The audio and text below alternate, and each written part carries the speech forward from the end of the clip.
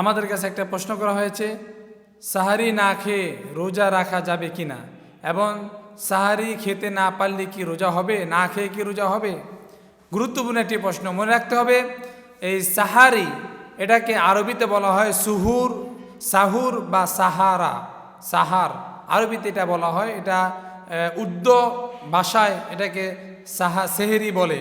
তো এটা আমাদের বাংলা ভাষায় এখন সাহারি হিসাবে সকলের কাছে প্রচলিত হয়ে গিয়েছে। মনে রাখতে হবে, এই সাহুর খাওয়াটা হচ্ছে গিয়ে সুন্নাহ, আর মাহে রমাদানের রোজা হচ্ছে গিয়ে ফরজ। এই জন্য আপনি একটি সুন্নার কারণে একটি ফরজকে পরিত্যাগ করবেন, তা হবে না। এটা ঠুনকো একটা অজুহাত দিয়ে আপনি রোজা ভঙ্গ করে ফেলবেন, তা কখনো ইসলাম সমর্থ করে না। এই জন্য আপনি সাহারি খেতে পারেন আর না পারেন, আপনার মাহে রমাদানের রোজাকে আপনার অবশ্যই পালন করতে হবে। অনেক সময় দেখা যায় আমরা ঘুমের কারণে আমরা এই সাহারি খেতে পারি না। 3 ব্যক্তির উপর থেকে শরীয়তের কলমকে তুলে নেওয়া হয়েছে ইসলাম। তার মধ্যে 1 নাম্বার হচ্ছে, যে ব্যক্তি ঘুমন্ত অবস্থায় রয়েছে আল্লাহ তাআলা তার উপর থেকে শরীয়তের কলমকে উঠিয়ে নিয়েছেন। 2 নম্বরে পাগল ব্যক্তি, 3 নম্বরে শিশু, নাবালেগ ব্যক্তি, নাবালেগ শিশু, তার উপর থেকে শরীয়তের কলমকে উঠিয়ে নেওয়া হয়েছে। এই জন্য সুন্নতের কারণে ফরজ আপনি বাদ দিবেন, তা হতে পারে না।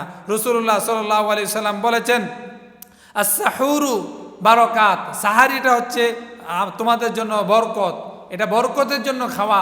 আর রাসূলুল্লাহ সাল্লাল্লাহু আলাইহি ওয়াসাল্লাম বলেছেন, শেষ সময় তোমরা সাহারি গ্রহণ করো, কারণ তোমাদের কাছে যদি 1 টুকরো খেজুরও থাকে অথবা একটু ডোক পানি থাকে, তাহলে তোমরা এই পানি এবং খেজুর দ্বারা সাহারিকে গ্রহণ করো।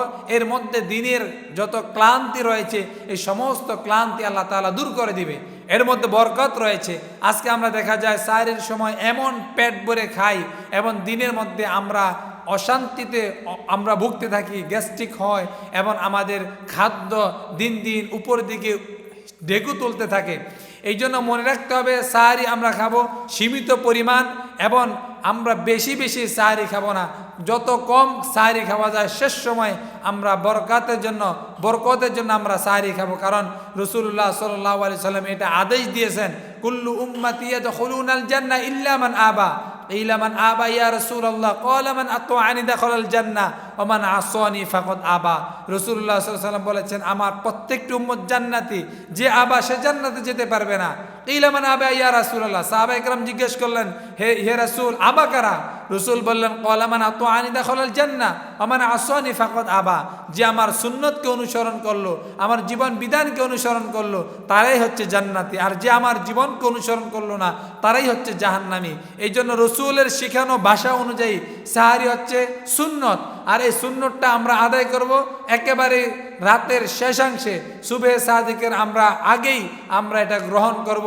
এরপর আমরা নামাজ আদায় করব, আর এটা বরকতের জন্য খাবো। আমরা পেট পুরিয়ে সাহারি খাবো, আর সারাদিন আমাদের যন্ত্রণা ভোগ করতে হবে, এটা যেন আমাদের মানসিক টেনশন না হয়ে যায়।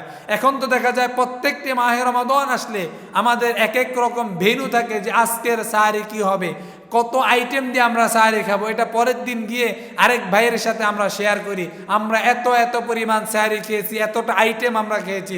মনে রাখতে হবে, আপনার এই গল্প গুজবের কারণে আরেক ভাই দিনে খেতে পারে না, সাহারি খেতে পারে না, ইফতার খেতে পারে না, তার মনের মধ্যে যদি কষ্ট হয়ে যায়, এই জন্য এর কষ্টের কারণে আল্লাহ তাআলা আপনাকে পাকড়াও করতে পারে। এই জন্য আজ থেকে আমরা সাবধান হয়ে যাব, সাহারি খাবো বরকতের জন্য, আর সেটা আমরা সীমিত আকারে খাবো। আর আমাদের যদি কোনো প্রকারের সাহারি খেতে নাও পারি, তাহলে আমাদেরকে অবশ্যই রোজা পালন করতে হবে। আল্লাহ তাআলা মাহে রমাদানের রোজাগুলো পরিপূর্ণভাবে থাকার তৌফিক দান করুক, আমিন।